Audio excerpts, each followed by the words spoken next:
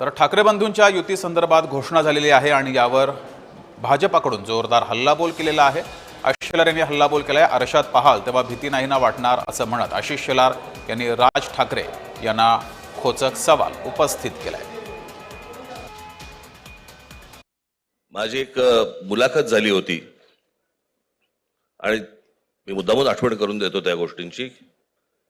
आणि त्या मुलाखतीमध्ये मी असं म्हटलं होतं की कुठल्याही वादापेक्षा आणि भांडणापेक्षा महाराष्ट्र मोठा आहे।